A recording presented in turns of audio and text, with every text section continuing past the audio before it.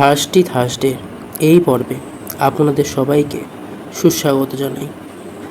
এই পর্বের আলোচ্য দ্য টেম্পেস্ট, উইলিয়াম শেক্সপিয়ার রচিত একটি কমেডি। 2রা জুন 2022 এই পর্ব শুধুমাত্র ভেবে দেখতে পারেন এই চ্যানেলে সম্প্রচারিত। গল্প পাঠ ও সম্পাদনায় থাকবো আমি তমনাশ। শুরু হচ্ছে উইলিয়াম শেক্সপিয়ার রচিত কমেডি দ্য টেম্পেস্ট। ঝড় উঠেছে, সাগরের বুকে প্রচণ্ড ঝড়। শোনা যাচ্ছে মেঘের গুরু গর্জন, দেখা যাচ্ছে আকাশের বুক চেরা অগ্নিময় খড়গ দিয়ে কে যেন আকাশটাকে ফালা ফালা করে চিয়ে দিচ্ছে। ঝড়ের কবলে পড়েছে একখানা জাহাজ।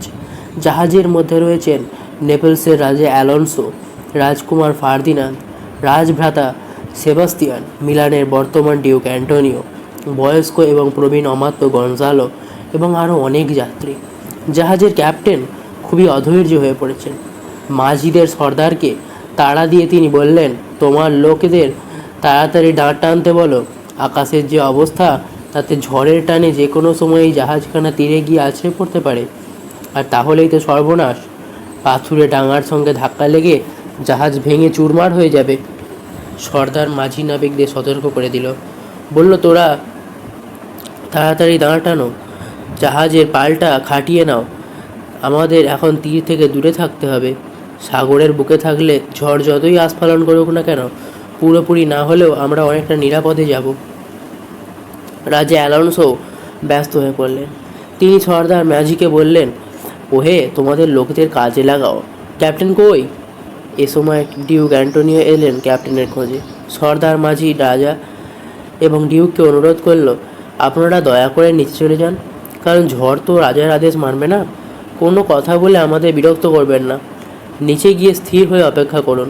অমাত্য গনজালো এগিয়ে এসে সর্দার মাঝিকে জিজ্ঞাসা করলেন, জানো তুমি জাহাজে করে কাদের নিয়ে যাচ্ছ? সর্দার মাঝি উত্তর দিল, জানি। যাত্রীদের মধ্যে রয়েছে নেপলসের মহামান্য রাজা, আর আপনি হলেন তার বর্ষিয়ান অমাত্য। এছাড়া জাহাজে আছেন রাজকুমার, রাজভ্রাতা, মিলানের বর্তমান ডিউক এবং আরও অনেক গণ্যমান্য মানুষ। কিন্তু আপনারা কেন আমাদের কাজের খবরদারি করতে আসছেন? আমাদের কাজ আমরা ভালোভাবেই বুঝি। যথাসাধ্য চেষ্টা করছি আমরা। আপনাদের ক্ষমতা থাকলে আপনারা ঝড় থামান। আমরা চুপচাপ বসে আছি। আমরা যে এতক্ষণ বেঁচে আছেন সেজন্য ধন্যবাদ আপনাদেরই। যদি কোনো দুর্ঘটনা ঘটে তবে তার মুখোমুখি হবার জন্য তৈরি থাকুন। গনজালো আপন মনেই বলতে লাগলেন, সর্দার মাঝিটার চেহারাটা যেমন বদখত, তেমনই ভাষাটাও অমার্জিত আর কর্কশ। ওর ভয় ডরের কোনো বালাই নেই। ও বেটা না মরলে আমাদের বাঁচবার কোনো আশা নেই। ঝড়ের কবলে পড়ে যাত্রীরা আতঙ্কে চিৎকার করে ওঠে। সর্দার মাঝি হুঙ্কার দিয়ে বলে, জাহাজের উপরেও পাল তুলে দাও, বাতাসের বিরুদ্ধে যাবার চেষ্টা করো না, জাহাজকে বাতাসের অনুকূলে রাখো। এই সময় সেবাস্তিয়ান, অ্যান্টোনিও আর গনজালো আবার উপরে ডেকে উঠে এলেন। তাদের দেখে সর্দার মাঝি বেশ ক্রুদ্ধ কণ্ঠেই বললেন, আপনারা আবার এখানে এসছেন কেন? নিচে যান। যাত্রীরা চিৎকার করে আমাদের অতিষ্ঠ করে তুলেছে। আমরা ঠিক মতো কাজ করতে পারছি না। চিৎকার না থামলে আমরা কিন্তু হাত গুটিয়ে বসে থাকবো। তাহলে কিন্তু জাহাজখানাকে আর রক্ষা করা যাবে না। কোনো যাত্রীরই প্রাণ বাঁচবে না। যান, নিচে যান। শান্ত হয়ে থাকুন, প্রার্থনা করুন ঈশ্বরের কাছে। নিচে নেমে গেলেন ওরা তিনজনে। যাত্রীরা সবাই প্রার্থনা করতে লাগলেন ঈশ্বরের কাছে। তারা তাদের ভাগ্যকে ছেড়ে দিলেন সর্বশক্তিমান ঈশ্বরের হাতে। ঝড়ের কবলে পড়ে জাহাজখানা এলোমেলোভাবে চলতে লাগলো। এবার চলে যাই 12 বছর আগে, যখন প্রসপ্যারো ছিলেন মিলানের মহামান্য ডিউক। তিনি তার ছোট ভাই অ্যান্টোনিওকে খুব ভালোবাসতেন। কিন্তু কন্যা মিরান্ডার জন্মের পর প্রসপ্যারো ভালোবাসার বেশিরভাগটাই নিয়ে পড়ল মেয়ের উপরে। এতে অ্যান্টোনিওর খুব হিংসা হলো। ডিউক প্রসপ্যারো স্ত্রীর মৃত্যু হলো। স্ত্রীর মৃত্যুর পর প্রসপ্যারো আর বিষয় সম্পত্তি দেখাশোনা করতেন না। ছোট ভাই অ্যান্টোনিওর ওপরে বিষয় সম্পত্তি দেখাশোনার ভার ছেড়ে দিয়ে প্রসপ্যারো লেখাপড়া নিয়েই তার বেশিরভাগ সময় কাটিয়ে দিতেন। তার সবচাইতে প্রিয় বিষয় ছিল জাদুবিদ্যা। এই বিদ্যার নানা রকমের পুঁথি পড়ে তিনি দিন রাতে অনেকটা সময় কাটিয়ে দিতেন। ভাই অ্যান্টোনিও কিন্তু বিশ্বাসের মর্যাদা রাখলেন না। প্রসপ্যারো এবং তার মেয়ে মিরান্ডার চারপাশে তিনি ষড়যন্ত্রের জাল বলতে লাগলেন। প্রসপ্যারো পুরোপুরি চলে গেলেন পুঁথির জগতে। সাধারণের জীবন থেকে তিনি সরে গেলেন অনেক দূরে। এতে অ্যান্টোনিওর আরও সুবিধা হয়ে গেল। তিনি কৌশলে প্রসপ্যারোর অধীনে যে সমস্ত পদস্থ কর্মচারী ছিলেন তাদের হাত করে ফেললেন। ডিউকের রাজকীয় দেখে এতদিন আইভি লতার মতো লুকিয়েছিলেন কুচক্রী অ্যান্টোনিও। ডিউকের দেহ থেকেই এবার তিনি শোষণ করলেন জীবনের রস। প্রশাসন, যন্ত্র এবং রাজকর্মচারীরা এসে গেল তার হাতের মুঠোয়। ডিউক প্রসপেরোর প্রতিনিধি অ্যান্টোনিও নিজেকেই ডিউক বলে প্রচার করতে লাগলেন। মিলানের প্রতি স্বাধীনতাকে বিকিয়ে দিয়ে তিনি নেপলসের রাজার বশ্যতা স্বীকার করলেন। নেপলসের রাজা তাকেই রূপবতী মিলানের শাসনভার দিলেন।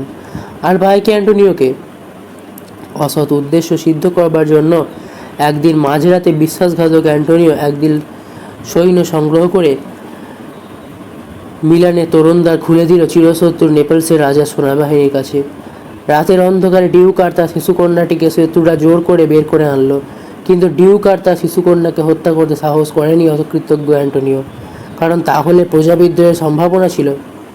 মিলানের লোকেরা ডিউক প্রসপেরোকে ভালোবাসত, শ্রদ্ধা করত, তাই শত্রুরা গোপনে খুব তাড়াতাড়ি ডিউক আর তার শিশুকন্যাকে নৌকোয় করে সমুদ্রের মধ্যে অনেকটা দূরে নিয়ে এলো। তারপর সেখানে একটা গাছের গুঁড়ির পচা খোলের মধ্যে বাবা আর মেয়েকে জোর করে নামিয়ে দিয়ে তারা তীরে চলে এলো। গাছের গুঁড়ির পচা খোলটা আগে থেকেই ঠিক করে রাখা ছিল। সেই পচা খোলের মধ্যে প্রয়োজনীয় জিনিসপত্র বলে কিছুই ছিল না।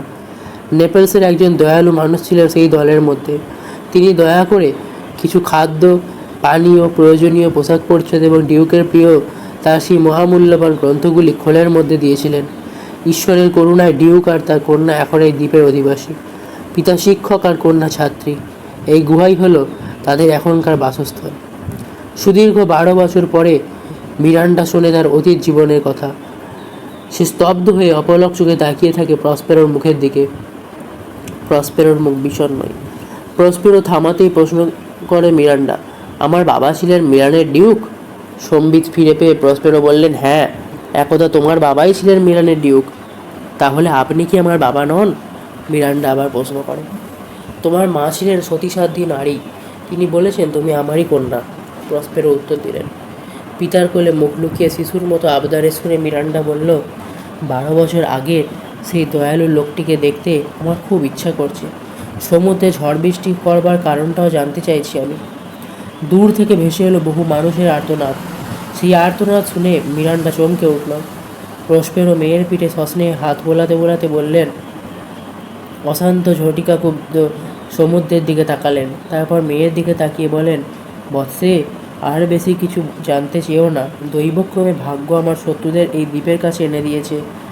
জাদুবিদ্যার শক্তিতে আমি জানতে পেরেছি যে আমার চরম সৌভাগ্য নির্ভর করছে এক পরম শুভ নক্ষত্রের ওপরে।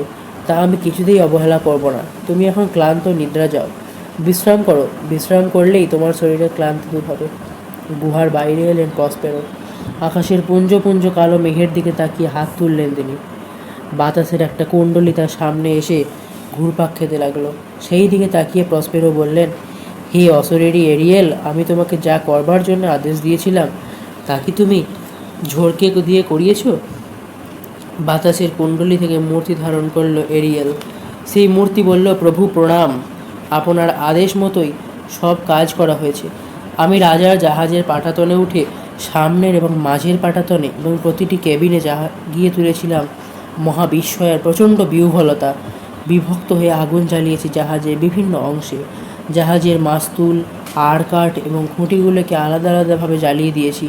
তারপর আবার নিজের বিভক্ত অংশগুলিকে সংযুক্ত করেছি। বাহ, চমৎকার কাজ করেছো তুমি।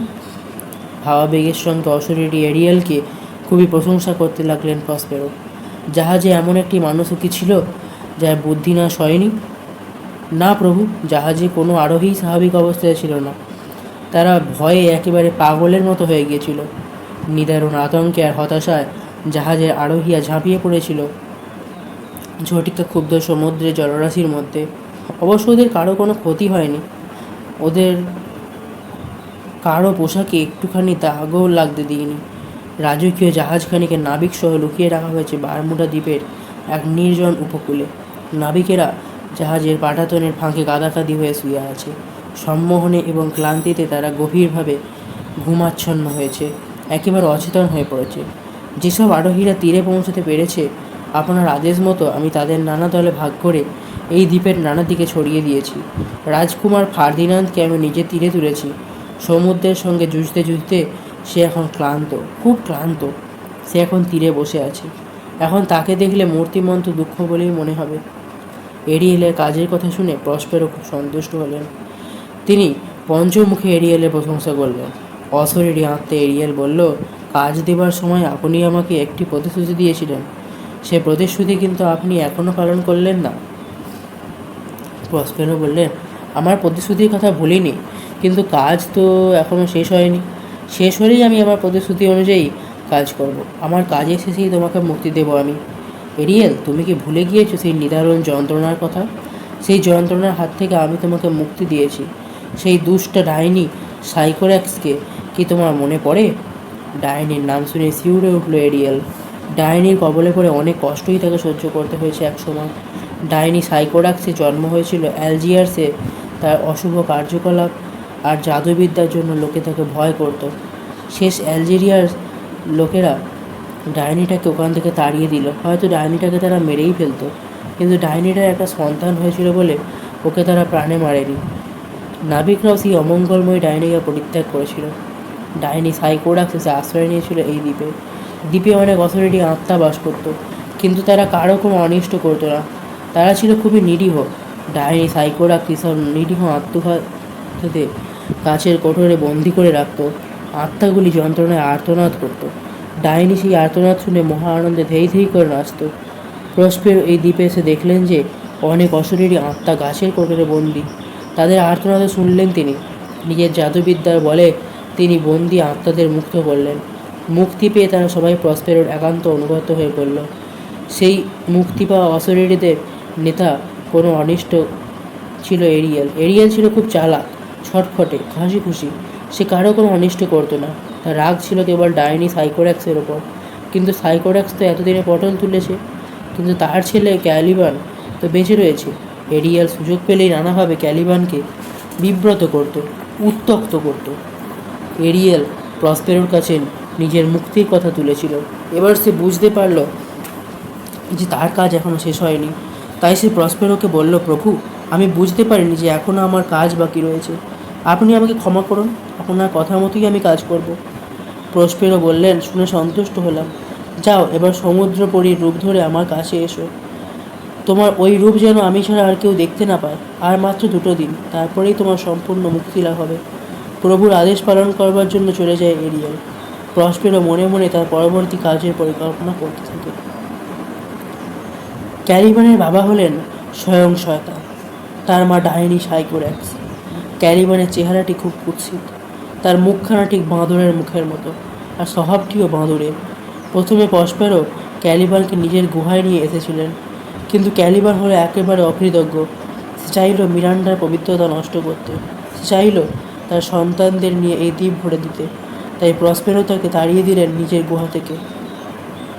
প্রসপেরো তার ভালো করবার জন্যে অনেক চেষ্টা করেছিলেন, কিন্তু বৃথা চেষ্টা। ক্যালিবান ভালো হয়নি। সে পেয়েছিল তার ডাইনি মায়ের খারাপ স্বভাব এবং নিচু মন। ক্যালিবানকে শিক্ষা দেবার জন্য অনেক চেষ্টা করেছিল প্রসপেরো। তিনি তাকে ভাষা শিক্ষা দিতেন, কিন্তু ক্যালিবান কিছুই বুঝতে পারতো না। কোনটা ভালো কোনটা মন্দ তা বোঝালেও বোঝেনি। সে শিখলো কেবল গালাগালি আর অভিসম্পাদ দেওয়া। প্রসপেরো তাকে ভয় দেখালেন, তুমি যদি আমার কথা না শোনো তবে তোমাকে পুরানো বাত রোগে একেবারে পঙ্গু করে দেব। তোমাকে আর্তনাদে বনের বাঁদর এবং অন্যান্য পশুরা পর্যন্ত আতঙ্কে শিহরিত হয়ে উঠবে।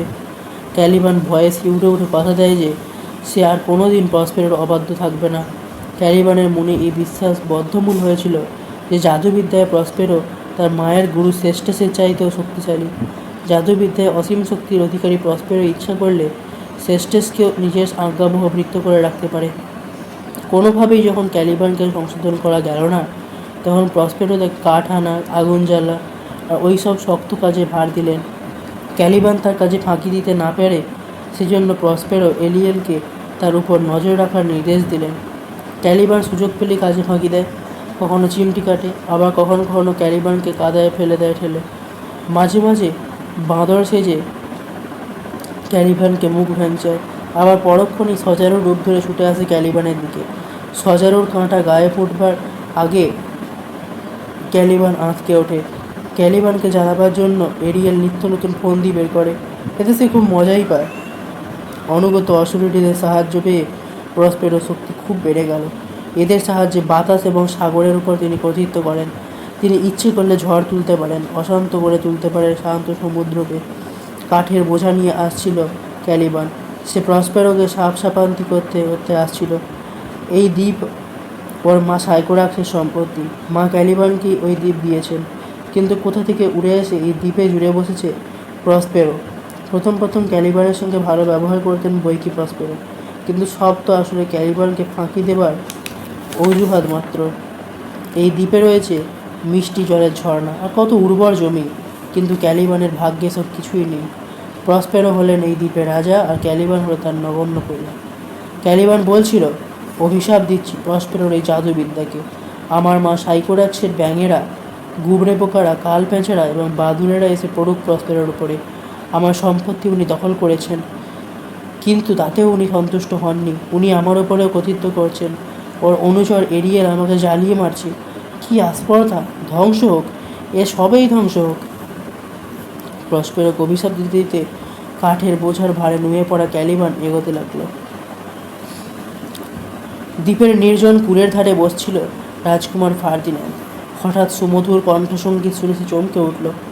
গান গাইছে জলপরী রূপী এরিয়েল। প্রসপেরোর নির্দেশ অনুযায়ী সে কাজ করছে। ফার্দিন্যান্দ উৎকীর্ণ হয়ে গানটি শুনতে লাগলো। গানের কথাগুলিও ভারী মিষ্টি। হে সুন্দর, এসো এই সোনালি বেলায় কাছে এসো, মোর হাতে হাত রাখো, ভালোবাসা নিয়ে থাকো।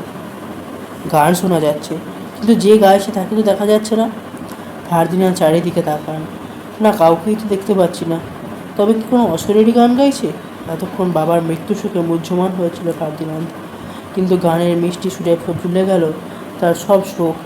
বাবা যে দুর্ঘটনায় মারা গিয়েছেন এটা তো সে আগেই বেমালুম ভুলে গেছিল। গানের পরের কবিগুলিতে তো সেই মৃত্যু সংবাদই জানানো হচ্ছে তাকে। কৌতূহলী হয়ে উঠল ফার্দিন্যান্দ। গানের স্বর লক্ষ্য করে ফার্দিন্যান্দ উপকূল ছেড়ে দ্বীপের ভিতরের দিকে এগিয়ে চলল। প্রসপেরো আর মিরান্ডা গুহার বাইরে একটা গাছের ছায়ায় বসেছিলেন। গানের সুর লক্ষ্য করে এগোতে এগোতে রাজকুমার ফার্দিন্যান্দ এসে পড়লেন প্রসপেরো আর মিরান্দার কাছাকাছি। ফার্দিন্যান্দকে দেখতে পেয়ে তার দিকে মিরান্দার দৃষ্টি আকর্ষণ করে প্রসপেরো বললেন, দেখো তো, এদিকে কে যেন আসছে বলে মনে হচ্ছে না? মিরান্ডা এর আগে ওর বাবা ছাড়া অন্য কোনো পুরুষ মানুষকে দেখেনি। সে বলল, ওকে বাবা, নিশ্চয়ই কোনো অশরীরী। দেখুন না, ও কেমন চারিদিকে তাকিয়ে তাকিয়ে দেখছে। কিন্তু ওর তো শরীর আছে, ও তো খুব সুন্দর। অশরীরীদের কি শরীর থাকে? তারা কি এত সুন্দর হয়? প্রসপেরো বললেন, না মেয়ে, ও একজন অশরীরী নয়। যে জাহাজখানা ঝড়ের কবলে পড়েছিল ও হলো সেই জাহাজেরই একজন যাত্রী। ও বোধহয় সঙ্গীদের খুঁজছে।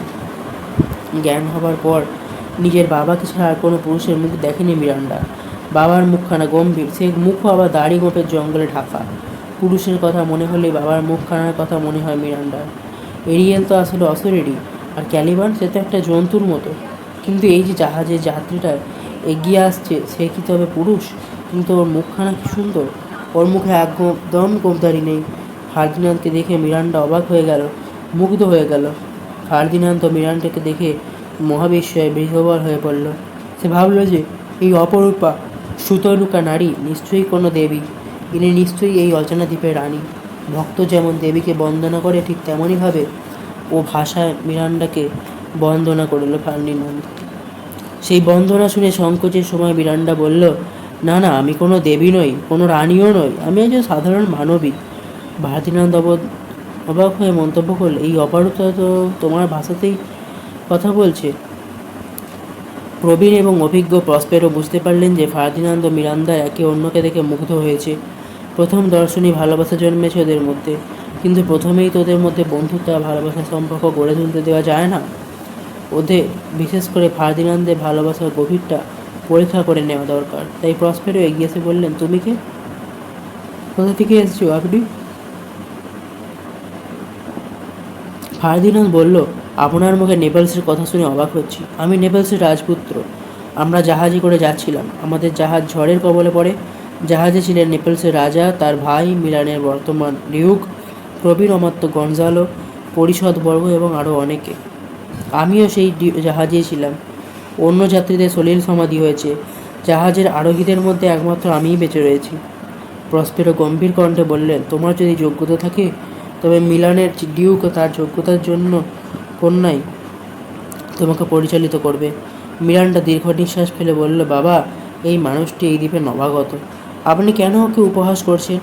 ফার্দিনান্দ কোমল দৃষ্টিতে মিরান্ডার দিকে তাকিয়ে বলল, আপনি যদি বিবাহিত না হন তাহলে বা আপনার ভালোবাসা যদি কাউকে না দিয়ে থাকেন, তবে আমি আপনাকে নেপালসের যুবরানী করতে পারি। প্রসপেরো আরও গম্ভীর গলায় বললেন, তুমি তোমার যে পরিচয় দিচ্ছ আসলে তুমি তা নও। আমি হলাম এই দ্বীপের অধিপতি। আমি জানি তুমি কে, কী জন্যে এতে এসেছো। তুমি হলে আমাদের শত্রুপক্ষের চর। তুমি আমার হাত থেকে এই দ্বীপ ছিনিয়ে নিতে চাও আমার মেয়েকে আমার বুক থেকে। কিন্তু এই জন্য তোমাকে দৃঢ় শাস্তি পেতে হবে। রাজকুমার ফার্দিনান্দ মাথা উঁচু করে বলেন, আমি সত্যি কথাই বলছি, নেপালসের রাজকুমার মিথ্যে কথা বলেন না। মিরান্ডা বলল, এই আগন্তুকের সুন্দর দেহে কোনো কলঙ্ক কালিমা থাকতে পারে না। এই দেহে কোনো অশুভ অমঙ্গলময় শক্তি আশ্রয় গ্রহণ করতে পারে না। মিরান্ডার দিকে তাকিয়ে ভৎসনার সুরে প্রসপেরো বললেন, তুমি এই যুবকের পক্ষ নিয়ে কথা বলতে পেছো না? আমি এই চারটার গলা আর পা একসঙ্গে লোহার থেকল দিয়ে মেঁধব। ওর খাদ্য হবে শুকনো গাছের মূল আর ঝিনুক, তেষ্টা পেলে কি পানীয় হবে সাগরের নোনা জল। বাহ, চমৎকার। আপনি কে? আপনার দেওয়া শাস্তি আমি মাথা পেতে নেব কেন? আমি এই দ্বীপের অধিপতি, আমার দেওয়া শাস্তি তোমাকে দিতে চাই। গম্ভীর কণ্ঠে প্রসপেরো বললেন, আমি কি অপরাধ করেছি? তুমি এই দ্বীপে অনধিকার প্রবেশকারী বটে? তাহলে এবার আমার শক্তিটা একটু দেখুন। ফার্দিনান্দ ধাপ ধাপ গভীর কণ্ঠে প্রবেশ করলেন।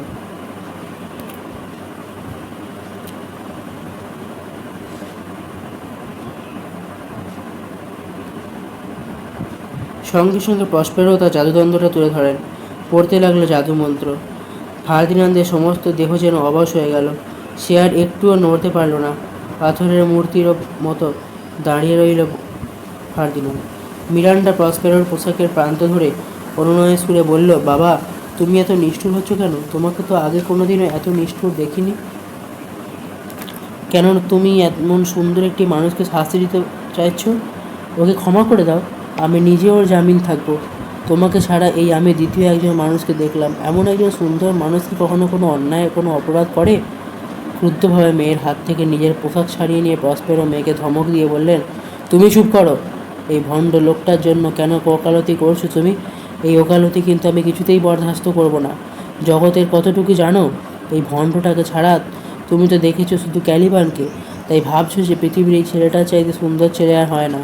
কিন্তু মেয়ে, তোমার এই ধারণাটা ভুল, একেবারে ভুল। মিরান্ডা সরলভাবে বলে, বাবা, আমার জগৎ ছোট, আমার ধারণা আর কল্পনাও ছোট। এর চাইতে সুন্দর মানুষ আমার চাই না।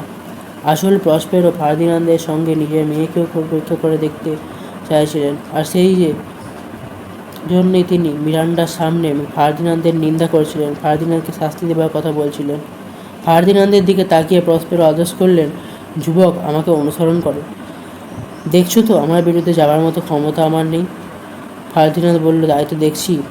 তবে আমার এই দুর্বলতার একমাত্র কারণ হলো আমার আত্মীয় স্বজনের অকাল মৃত্যু। আমি শোকাহত হয়ে দুর্বল হয়ে পড়েছি। আপনার ক্রোধকে, আপনার রক্তচক্ষুকে আমি মোটেই ভয় পাই না।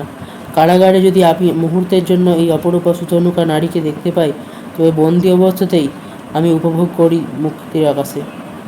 আমি জানি না কী কারণে বাবা এখন তোমার সঙ্গে খারাপ ব্যবহার করেছেন, তবে দেখবে বাবার এরকম দুর্ব্যবহার বেশি দিন থাকবে না। আমার বিশ্বাস পরে উনি তোমার সঙ্গেও ভালো ব্যবহারই করবেন। তুমি চিন্তা করো না।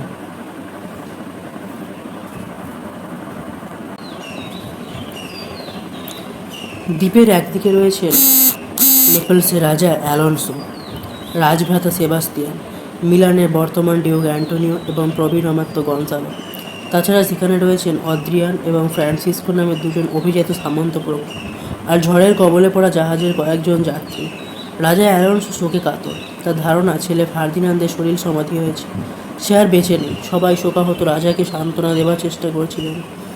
গনজালো বললেন, মহারাজ, আমি আপনাকে অনুনয় করছি, আপনি ভেঙে পড়বেন না। আনন্দ করুন। আনন্দ করবার কারণ রয়েছে। আমরা নির্বিঘ্নে এই দ্বীপে পৌঁছতে পেরেছি। আমার ক্ষতির চাইতে লাভই বেশি হয়েছে। নাবিকের স্ত্রী, বাণিজ্য তরুণীর মালিক অথবা ব্যবসায়ীকে তো প্রতিনিয়তই এরকম দুঃখ বরণ করতে হয়। তাদের তুলনায় আমাদের দুঃখ তো খুবই সাধারণ। জনসাধারণ জীবন ধারণ করবার জন্য যা কিছু দরকার তার সব কিছুই তো এই দ্বীপে রয়েছে। তার কি আশ্চর্য, এমন দুর্যোগ, এমন দুর্বিপাকের মধ্যে পড়েও আমাদের পোশাক পরিচ্ছদ একটুও ময়লা হয়নি। মহারাজ, আফ্রিকায় আপনার পরমা সুন্দরী কন্যার সঙ্গে টিউনিসের রাজার বিয়ে হবার সময় আমরা যেরকম নতুন আর সুন্দর পোশাক পরেছিলাম, আমাদের পোশাকগুলি এখনও সেই রকমই রয়েছে। এটাকে নিশ্চয়ই একটা সৌভাগ্যের বিষয় বলা যায়। ফেরবার পথে ঝড়ের কবলে পড়লেও আমাদের অবস্থাটা কিন্তু এখন খারাপ নয়। গনসালো থামলেন। শোকে মুহ্যমান রাজা অ্যালনসোর মন কিন্তু গনসালোর কথায় প্রবোধ মারল না। তিনি কাতর কণ্ঠে বললেন, গনসালো, আপনার কথায় আমার মন শান্ত না। আগে বুঝতে পারলে আমি সাগর পেরিয়ে এতদূর দেশে আমার মেয়ে ক্ল্যারিবেনের বিয়ে দিতাম না। মেয়েকে যেন নির্বাসনই দেওয়া হলো। শুধু কি তাই, ছেলে ফার্দিনান্দকেও হারালাম। ফ্রান্সিসকো রাজার আশঙ্কা দূর করবার জন্য বললেন, মহারাজ, আমি যুবরাজ ফার্দিনান্দকে তরঙ্গের উপরে ভাসতে দেখেছি। তিনি ঢেউয়ের ওপরে মাথা উঁচু করেছিলেন। আমি তাকে সাঁতার কেটে তীরভূমির দিকে এগিয়ে যেতে দেখেছি। আমার বিশ্বাস যুবরাজের শরীর সমাধি হয়নি, তিনি বেঁচে আছেন। রাজা অ্যালনসো কিন্তু ফ্রান্সিসকোর কথা বিশ্বাস করতে পারলেন না। তিনি বললেন, না, আমার ফার্দিনান্দ হারিয়ে গেছে সাগরের জলে। রাজভাতা সেবাস্তিয়ান বললেন, আসল দুঃখের কারণ হলো এই যে নেপালসের সুন্দরী রাজকন্যাকে আমরা হারিয়েছি। তাকে নির্বাসন দেওয়া হলো একজন আফ্রিকাবাসী রাজার কাছে। এতে ইউরোপ মোটেই সম্মানিত হয়নি। রাজকুমারী ক্ল্যারিবেন নিতান্ত অনিচ্ছা সত্ত্বেও বাবার ইচ্ছেকে মর্যাদা দেবার জন্য এই বিয়েতে মত দিয়েছিলেন। আদ্রিয়ান বললেন, টিউনিস আগে কখনো এমন সুন্দরী রানী লাভ করতে পারেনি। গনজালো মন্তব্য করেন, না, ডিডোর পর এমন সুন্দরী রানী আর টিউনিস পায়নি। এতদিনে টিউনিস আবার পেল একজন পরমা সুন্দরী নারী। এতদিন আপনি রানী ডিডোর কথা বলছেন? আদ্রিয়ান প্রশ্ন করলেন। আমি ডিডোর কথা জানি, তিনি তো টিউনিসের রানী ছিলেন না, তিনি ছিলেন কার্থেজের রানী।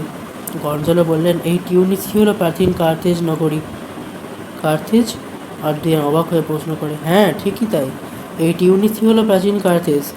রাজার মুখের দিকে তাকিয়ে রাজভাতা সেবাস্তিয়ানের মনে হলো শোকে মুহ্যমান রাজাকে ওভাবে মেয়ের কথাটা বোধহয় ঠিক হয়নি এই মুহূর্তে। রাজভাতা একটু অনুতপ্তই হলেন। সবাই ক্লান্ত, ঘুমে সবাইকার চোখ জড়িয়ে আসছিল। রাজা, রাজভাতে এবং ডিউক অ্যান্টোনিও ছাড়া একে একে সবাই ঘুমিয়ে পড়লেন। রাজা অ্যালনসো শেষ পর্যন্ত ঘুমোতে গেলেন। জেগে রইলেন শুধু রাজভাতা সেবাস্তিয়ান আর ডিউক অ্যান্টোনিও। সেবাস্তিয়ানের দিকে তাকিয়ে অ্যান্টোনিও বললেন, আপনার ভারী কর্তব্য আপনার মুখেই প্রতিফলিত হয়ে উঠেছে। আমি দিব্য দৃষ্টিতে দেখতে পাচ্ছি যে আপনার মাথায় নেপালসের রাজমুকুট শোভা পেতে চলেছে। আমার এই কথাটাকে গুরুত্বহীন বলে মনে করবেন না। আমার কথাটাকে গুরুত্ব দিলে আপনি নিজেই ভবিষ্যতে উপকৃত হবেন। রাজভাতা সেবাস্তিয়ান বললেন, ডিউক অ্যান্টোনিও, আপনার কথা শুনে মনে হচ্ছে আমি বোধহয় ঘুমিয়ে ঘুমিয়ে স্বপ্ন দেখছি। অ্যান্টোনিও বুঝলেন তিনি সন্তর্পণে যে টোপটি ফেলেছেন তা কার্যকরী হতে চলেছে। তাই উৎসাহিত হয়ে তিনি বললেন, নানা রাজভাতা, আমার কথাটা হেসে উড়িয়ে দেবেন না। আপনার মনের গোপন চেটির কথা হয়তো আপনি নিজেই জানেন না। জলে ডুবে যাচ্ছে এমন লোক অনেক সময় তীরের কাছাকাছি এসেও তীরে না উঠে আবার দূরে চলে যায়। এই কারণটা কি? কারণটা হলো আশঙ্কা, আশাহীনতা এবং কর্মোদ্যমের অভাব। যুবরাজ ফার্দিনান্দ আর জীবিত নেই। আপনারা সবাই বৃথাই সান্ত্বনা দিচ্ছেন রাজাকে। সেবাস্তিয়ান দীর্ঘ নিঃশ্বাস ফেলে বললেন, ফার্দিনান্দ তাহলে বেঁচে নেই? তার কি সত্যি সত্যিই শরীর সমাধি হয়েছে? তবে তো। রাজভাতাকে কথা শেষ করতে না দিয়ে ডিউক অ্যান্টোনিও স্থির দৃষ্টিতে সেবাস্তিয়ানের দিকে তাকিয়ে প্রশ্ন করলেন, এবার বলুন, নেপলসের সিংহাসনে পরবর্তী উত্তরাধিকারী কে?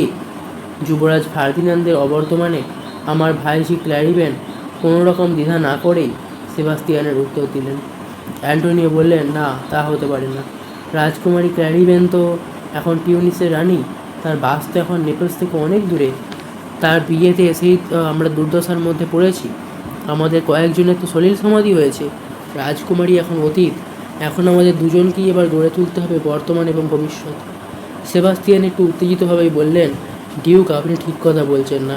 ক্ল্যারিবেন যত দূরদেশেই থাকুক না কেন, সেই হলো নেপলসের সিংহাসনের আইনসঙ্গত উত্তরাধিকারিণী। অ্যান্টোনিও বললেন, রাজভাতা, আপনি কিন্তু মহা ভুল করছেন। আমার কথাগুলো উড়িয়ে না দিয়ে একবার ভালো করে ভেবে দেখুন তো।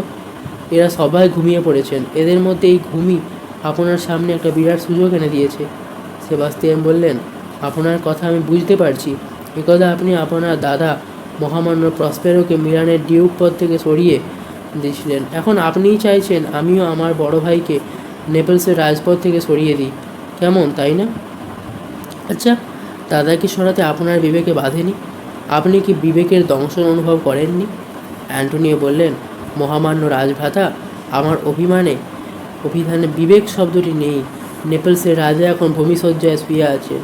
মিলানের ভূতপূর্ব ডিউক প্রসপেরো এখন এর চাইতে ভালো কোনো জায়গায় দিন কাটাচ্ছেন না। আমি ইচ্ছে করলে তরবারির সাহায্যে তাকে শেষ করে দিতে পারি। আপনিও পারেন ভূমিশয্যায় শায়িত রাজা অ্যালোনসকে শেষ করে দিতে।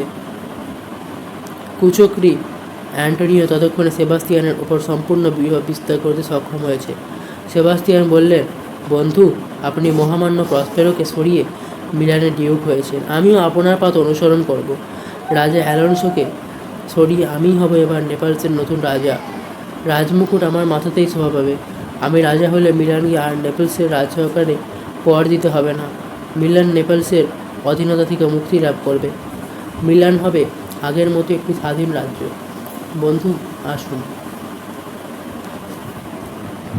আমরা মিত্রতার বন্ধনে আবদ্ধ হই। দুর্বল চিত্ত সেবাস্তিয়ান সম্পূর্ণভাবে অ্যান্টোনিও জালে আটকা পড়ে গেলেন। কুচক্রী অ্যান্টোনিও বললেন, এই তো রুশের মতো কথা বলছো দেখছি।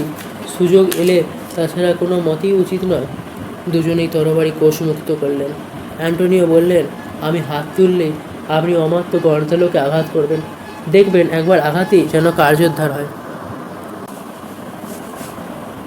প্রসপারোর নির্দেশে এরিয়েল অদৃশ্য থেকে এদের ওপর নজর রাখছিল। সে ঘুমন্ত গঞ্জালোর কানে কানে বলল, উঠুন, জাগুন।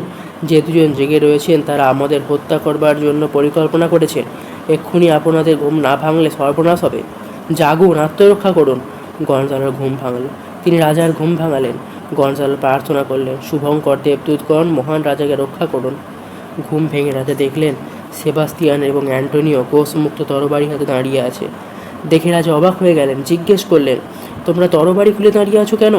তোমাদের দেখে খুব উত্তেজিত বলে মনে হচ্ছে, কিন্তু কেন তোমাদের এই উত্তেজনা? সেবাস্তিয়ান থতমত খেয়ে বললেন, মহারাজা, আপনি ঘুমিয়ে পড়েছিলেন। অন্য সবাই ঘুমিয়ে পড়লেও আমরা দুজন জেগে মহারাজকে পাহারা দিচ্ছিলাম। হঠাৎ শুনতে পেলাম একটা বিকট বীভৎস গর্জন। মনে হলো এই অজানা দ্বীপে কোনো বিপদ ঘটতে পারে।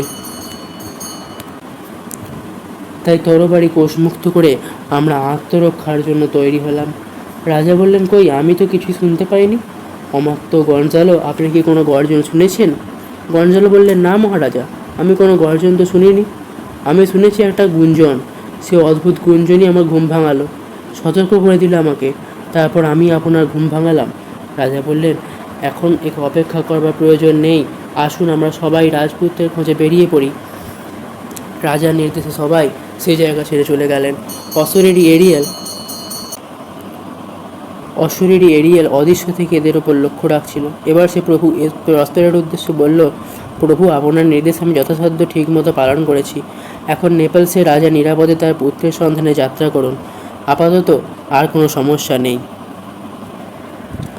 দ্বীপের আরেক প্রান্তে শোনা গেল মেঘের গুরুগর্জন।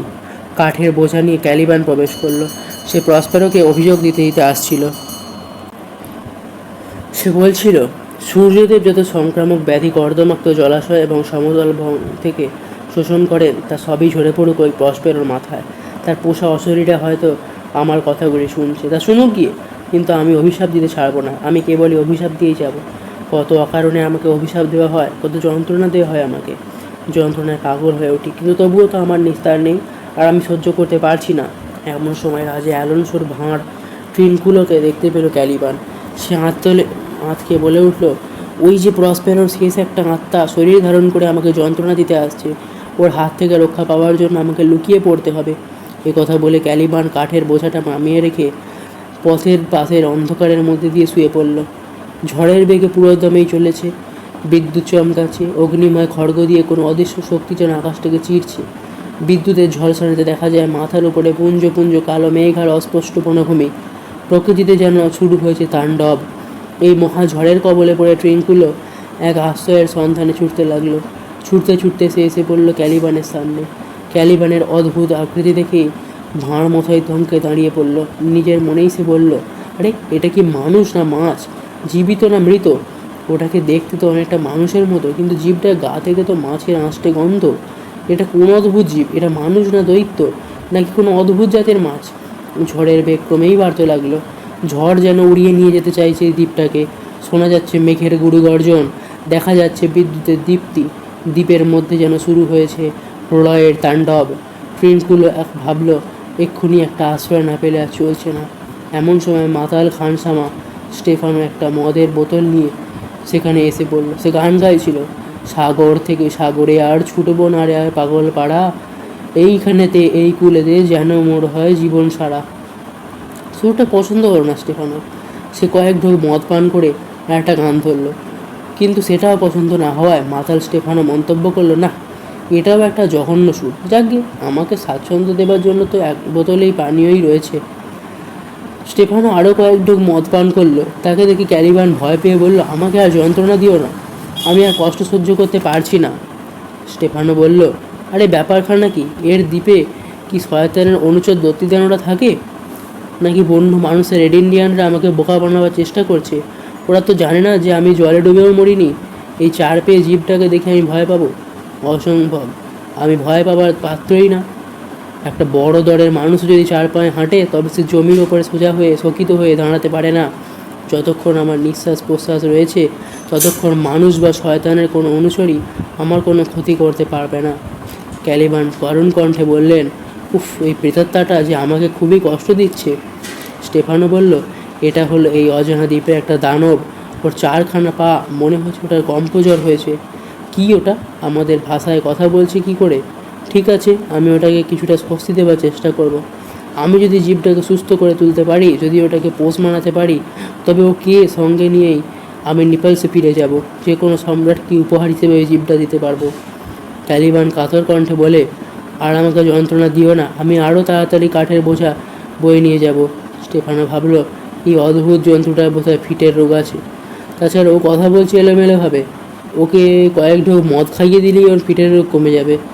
ওকে সুস্থ করে তোলে পোষ মানিয়ে দেশে নিয়ে যাব। কোনো সম্রাট, রাজা বা ধনবানকে উপহার হিসেবে ওই অদ্ভুত জীবটাকে দিলে প্রচুর পুরস্কার পাওয়া যাবে। কাজেই নিজের স্বার্থেই জীবটাকে সুস্থ করে তোলা দরকার। ক্যালিবান বলল, এখনও পর্যন্ত তুমি আমার খুব বেশি ক্ষতি করনি, কিন্তু আমি জানি তুমি একটু পরেই আমাকে যন্ত্রণা দেবে। তোমার কাঁপুনি দেখে আমি সেটা বুঝতে পারছি। প্রসপেরোর প্রভাব যেন এখন তোমার উপরে কাজ করছে। স্টেফানো বলল, দাঁড়াও, তোমাকে সুস্থ করে দিয়েছি। হ্যাঁ করো, তোমাকে আমি একটা জিনিস খেতে দিচ্ছি, এটা খেলে তোমার কাঁপুনি থামবে। এটা জোর দিয়েই বলতে পারি।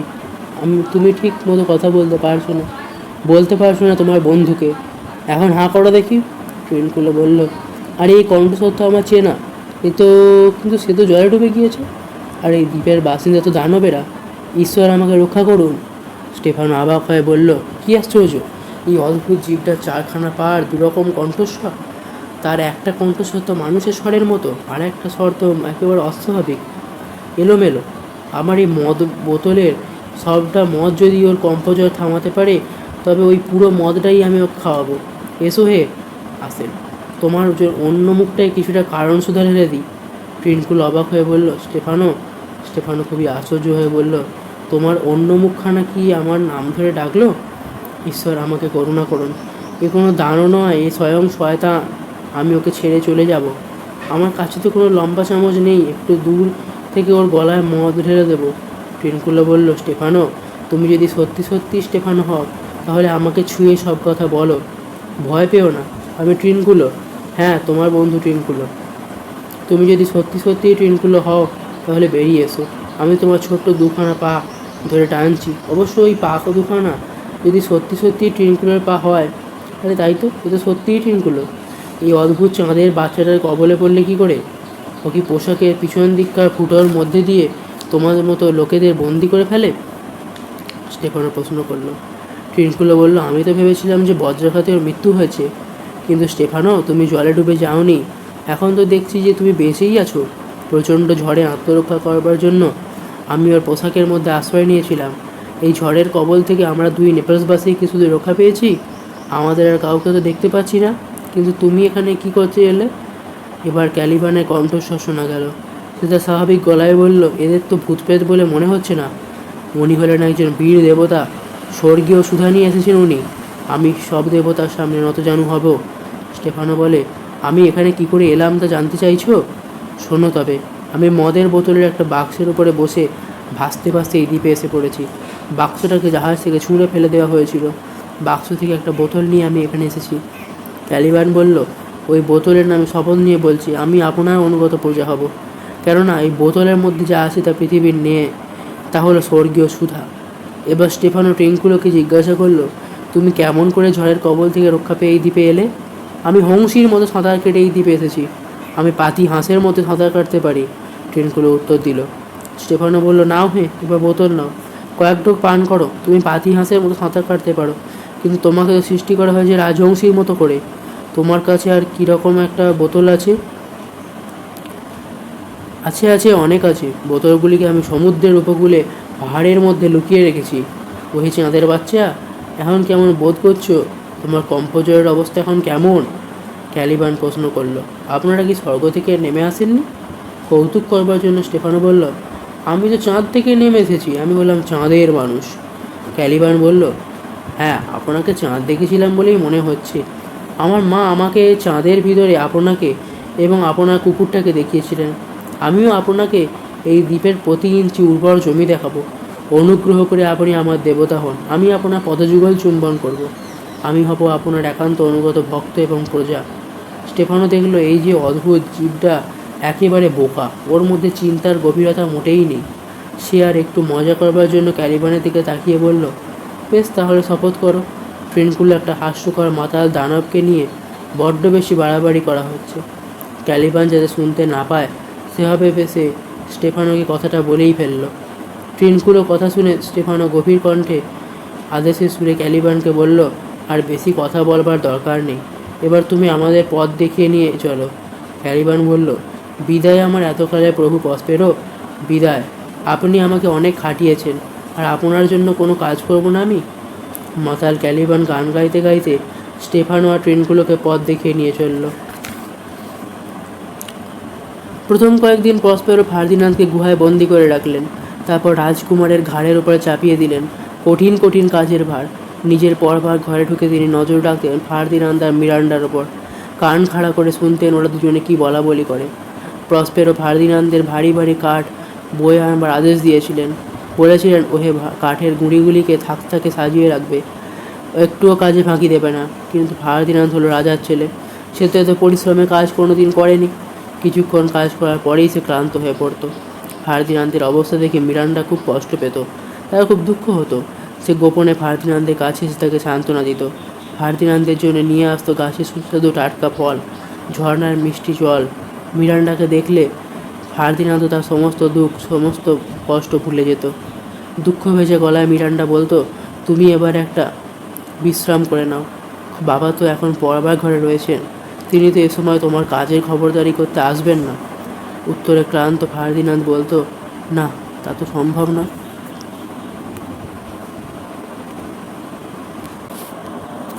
এখনও আরও অনেক কাজ রয়েছে, সেই কাজগুলি তো করে ফেলতে হবে। মিরান্ডা বলতো, থাক, আজ তুমি বড় ক্লান্ত হয়েছো, একটু বিশ্রাম করো, আমি তোমাকে কিছুটা কাজ করে দিচ্ছি। ফার্দিনান্দ বলতো, না, তা হয় না, তোমাকে আমি কিছুতেই এরকম শক্ত কাজ করতে দিতে পারি না। এমনি করে দুজনে কথাবার্তায় অনেকটা সময় কাটতো। কাজে পিছিয়ে পড়তো ফার্দিনান্দ। ওদিকে প্রসপেরও কিন্তু তার পড়ার ঘরে বসেনি। জাদু শক্তির সাহায্যে অদৃশ্য হয়ে তিনি এসে দাঁড়িয়েছেন ফার্দিনান্দ আর মিরান্ডার কাছে। শুনছে ওদের দুজনের কথা, কিন্তু ওরা দুজনে তো বুঝতে পারেনি। বুঝবে কী করে?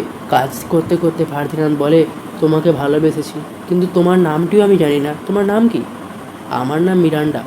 ফার্দিনান্দের প্রশ্নের উত্তর দেবার পরই মিরান্ডার একটা কথা মনে পড়ে যায়। সে বলে, বাবা কিন্তু তোমার কাছে আমার নাম বলতে নিষেধ করেছিলেন, আমি বাবার অবাধ্য হলাম।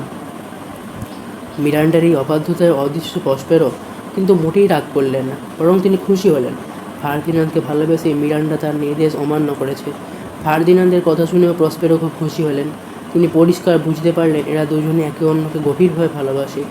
এটাই তো চাইছিলেন তিনি, এজন্যই তো তিনি গভীর সমুদ্রে ঝড় তুলে জাহাজখানাকে এগিয়ে নিয়ে এসেছেন। ফার্দিনান্দ আবেগের সঙ্গে বলল, আমি অনেক মেয়ে দেখেছি, কিন্তু তোমার মতো মেয়ে দেখার সুযোগ আমার আগে হয়নি। মিরান্ডা বলল, দর্পণে নিজের মুখ দেখেছি আমি, নিজের মুখ ছাড়া অন্য কোনো মেয়ের মুখ আমার মনে আসে না। বাবা ছাড়া আর কোনো পুরুষকে এতদিন আমি দেখিনি, তুমিই হলে আমার দেখা দ্বিতীয় পুরুষ। আর কোনো পুরুষকে দেখতেও চাইনি আমি, সঙ্গী হিসেবে কল্পনা তো করতেই পারি না।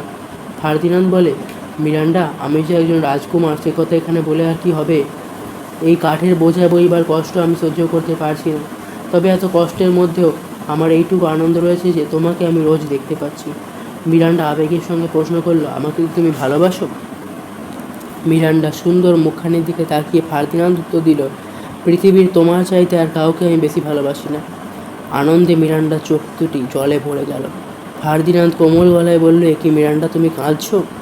মুখে হাসি ফুটিয়ে মিরান্ডা বলে, এ আমার সুখের কান্না। তুমি আমাকে বিয়ে করলে আমি ধন্য হব, আর তুমি আমাকে বিয়ে না করলেও আমি সারা জীবন ধরে তোমাকে সেবা করেই যাব। ফার্দিনান্দ বলল, মিরান্ডা, আমাকে বিয়ে করলে তুমি হবে নেপলসের যুবরানী, ভবিষ্যতে রানী হবার জন্য নয়। এই আনন্দ হলো ফার্দিনান্দকে একবার নিজেই করে পাবার আনন্দ। কিছুক্ষণ কেটে গেল। ওরা একে অন্যের দিকে তাকিয়ে রইল মন্ত্রমুগ্ধের মতো। হঠাৎ চমকে উঠে মিরান্ডা বলল, বাবার পড়া আজকের মতো শেষ হয়েছে, উনি এক্ষুনি বেরিয়ে আসবেন। আমাকে এখানে দেখলে বাবা মোটেই খুশি হবেন না। আমি চলি, বিদায়। যেতে ইচ্ছে না করলেও মিরান্ডাকে ফার্দিনান্দের কাছ থেকে চলে যেতে হলো। স্টেফানো ট্রিঙ্কুলো মদ খেয়ে মাতাল হয়ে ঘুরে বেড়াচ্ছে। ওরা যেন প্রতিজ্ঞাই করে ফেলেছে যে যতক্ষণ মদ আছে ততক্ষণ ওরা জল খাবে না। ট্রিঙ্কুলো মাতাল অবস্থায় বলল, ওহে দানব দাস, ওহে এই দ্বীপের নির্বোধ, শুনেছি এই দ্বীপের বাসিন্দা মোটে 5 জন, তার মধ্যে আমরাই তো 3 জন। বাকি 2 জন যদি আমাদের মতোই হয় তবে তো রাজ্য জাহান্নামে যাবে। স্টেফানো বলে, ওহে দাস দানব, পান করো, আমি আদেশ করছি, আরও পান করো। তোমার চোখ দুটো তো প্রায় তোমার মাথাতেই বসানো রয়েছে। ট্রিঙ্কুলো প্রতিবাদে সুরে বলল, মাথা ছাড়া আর কোথায় চোখ থাকে? তবে হ্যাঁ, যদি ওর চোখ দুটো লেজে বসানো থাকতো তবে ও নিশ্চয়ই একটা সাহসী দানব হতে পারত। ক্যালিবানের এত নেশা হয়েছে যে তার মুখ থেকে কোনো কথাই বেরোচ্ছে না। স্টেফানো বলে, ওহে, তুমি যদি সত্যি সত্যিই চাঁদের বাচ্চা হও তবে কথা বলো, চুপ করে আছো কেন? ক্যালিবান বলে, আমি আপনার অনুগত, আপনার পদলেহন করে আমি প্রস্তুত, কিন্তু আপনার সঙ্গে যে লোকটা রয়েছে আমি তাকে সেবা করব না, ও মোটেই সাহসী নয়। ক্যালিবানের কথা শুনে ট্রিঙ্কুলোর খুব রাগ হলো। সে ক্যালিবানকে ঠাট্টা বিদ্রুপ করতে লাগলো, গালাগালি করতে লাগলো। দুজনের মধ্যে বলতে গেলে ঝগড়াই শুরু হয়ে গেল। স্টেফানো ট্রিঙ্কুলোকে সাবধান করে দিল, এতে ক্যালিবান খুশি হলো। সে স্টেফানোকে অভিবাদন করে বলল, আপনি আপনার নতুন প্রভু। যতদিন আমি ছিলাম এক স্বেচ্ছাচারীর প্রজা, সেই স্বেচ্ছাচারী হলো একজন জাদুকর। জাদুবিদ্যার বলে সে আমাকে এই দ্বীপের অধিকার থেকে বঞ্চিত করেছে। ইতিমধ্যে এরিয়েল সেখানে এসে গিয়েছিল, কিন্তু সে অদৃশ্য থাকায় ওরা কেউ তাকে দেখতে পায়নি। ক্যালিবানের কথা শুনে এরিয়েল বলল, তুমি মিথ্যে কথা বলছো। ক্যালিবান রেগে গিয়ে বলল, বাঁদর, মিথ্যে কথা বলছো তুমি? এখানেও তুমি ভাড়ামো করতে এসেছো? আমার সাহসী প্রভুকে বললে তিনি এক্ষুনি তোমাকে ধ্বংস করে ফেলবেন। আমি কখনো মিথ্যে কথা বলি না। স্টেফানো বলল, দেখো ট্রিঙ্কুলো, তুমি যদি আর এই দাসদানবটাকে বিব্রত করো তবে তোমার বিরুদ্ধে ব্যবস্থা নিতে আমি বাধ্য হব। আমার এই হাত দিয়েই তোমার কয়েকটা দাঁত আমি খসিয়ে দেবো। ট্রিঙ্কুলো অবাক হয়ে বলল, কই, আমি তো কিছুই বলিনি। স্টেফানো বলল, বেশ, তাহলে চুপ করো, আর কোনো কথা না, এগিয়ে চলো। ক্যালিবান বলল, হ্যাঁ, যা বলছিলাম, জাদুবিদ্যার সাহায্যে ওই স্বৈরাচারী আমার কাছ থেকে এই দ্বীপটাকে কেড়ে নিয়েছে, আমাকে বঞ্চিত করেছে আমার উত্তরাধিকার থেকে। আপনি আপনার অনুগত সেবক, আমার হয়ে আপনি প্রতিশোধ নেবেন। জাদুকরের বিরুদ্ধে আবার বাবা সাহস আমার নেই, কিন্তু আপনি সাহসী, আপনি বীর, আপনি ঠিকই প্রতিশোধ নিতে পারবেন। স্টেফানো বলল, তুমি ঠিক কথাই বলেছো। ক্যালিবান বলল, আপনি হবেন এই দ্বীপের প্রভু, আর আমি আপনাকে সেবা করব। কিন্তু সেই জাদুকরটার কাছে আমি যাব কী করে? সে এই দ্বীপের কোথায় থাকে তা তো আমি জানি না। স্টেফান বলল, আমি আপনাকে পথ দেখিয়ে নিয়ে যাব। জাদুকরটা যখন ঘুমিয়ে থাকবে তখন তার কাছে আপনাকে নিয়ে যাব আমি। আপনি ঘুমন্ত জাদুকরটার মাথার মধ্যে একটা বড় পেরেক ঢুকিয়ে দিতে পারবেন। মনে হয় তাতেই জাদুকরটা খতম হবে। অদৃশ্য এরিয়েল বলে, তুমি মিথ্যে কথা বলছো, ও কাজ তুমি কিছুতেই করতে পারবে না।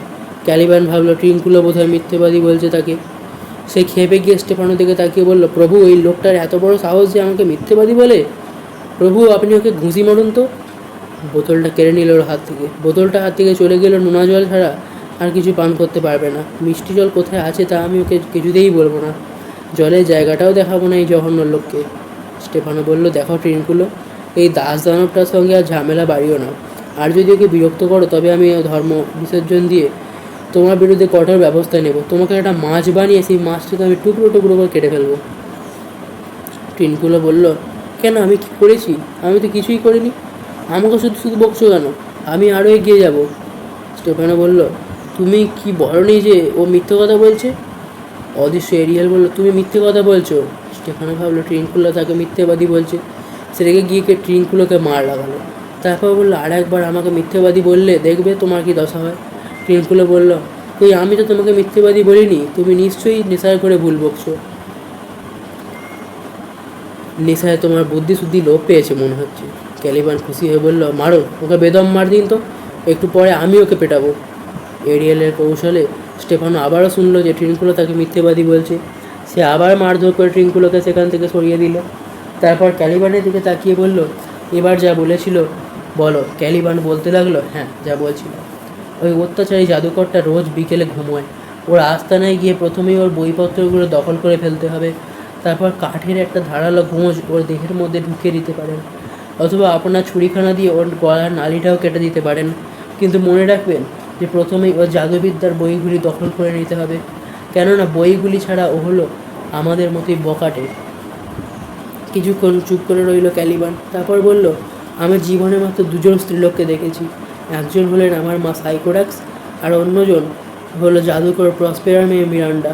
প্রভু, আপনি যদি মিরান্ডাকে আপনার জীবনসঙ্গিনী বলতে পারেন তবে আপনি সুদূর সুন্দর সন্তানের জনক হবেন। স্টেফানো বলল, আমি জাদুবিদ্যার পুঁথিগুলি পুড়িয়ে ফেলব, জাদুকরকে হত্যা করব, আমিই হব এই দ্বীপের রাজা, আর জাদুকরের মেয়ে হবে রানী। ট্রিনকুলো আর তুমি হবে রাজপ্রতিনিধি। ইতিমধ্যে বিতাড়িত ট্রিনকুলো আবার সেখানে এসে পড়েছিল। তার দিকে তাকিয়ে স্টেফানো আপোষে সুরে বলল, কি আমার এই পরিকল্পনাটা কি তোমার পছন্দ হচ্ছে? ট্রিনকুলো বলল, এ তো একটা চমৎকার পরিকল্পনা, তাহলে হাতে হাত মেলাও। স্টেফানো বলল, একটু আগে তোমাকে মেরেছি, এজন্য খুব দুঃখিত, কিন্তু কথা দাও যে তুমি তোমার রচনাকে সংযত রাখবে। ক্যালিবান বলল, রোজকার মতো আজও জাদুকরটা আর আধ ঘন্টার মধ্যে ঘুমিয়ে পড়বে। প্রভু, আপনি কি যখন তাকে হত্যা করবেন? স্টেফানো বলল, অবশ্যই। অদৃশ্য এরিয়াল বলল, আমি প্রভুর কাছে তোমাদের ষড়যন্ত্র করে জানিয়ে দেব। কিন্তু নিজেদের পরিকল্পনা নিয়ে ওরা মতেই মত্ত ছিল যে এরিয়েলের কথা বোধহয় ওরা তিনজনে শুনতেই পেল না। ক্যালিবান স্টেফানোর দিকে তাকিয়ে বলল, প্রভু, আপনার কথা শুনে খুব আনন্দ হলো।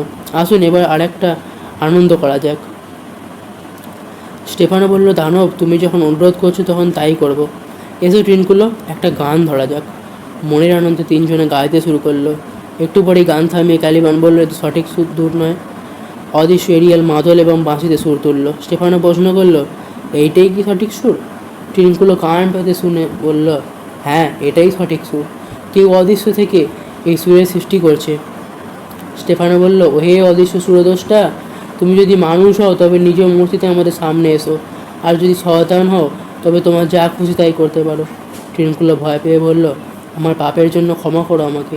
স্টেফানো বলল, যে মারা যায় তার সব ঋণ শোধ হয়ে যায়, আমি তোমাকে গ্রাহ্য করি না, ঈশ্বর আমাদের করুণা করুন। ক্যালিবান বলল, প্রভু, আপনি কি ভয় পেয়েছেন? না দানব, আমি মোটেই ভয় পাইনি।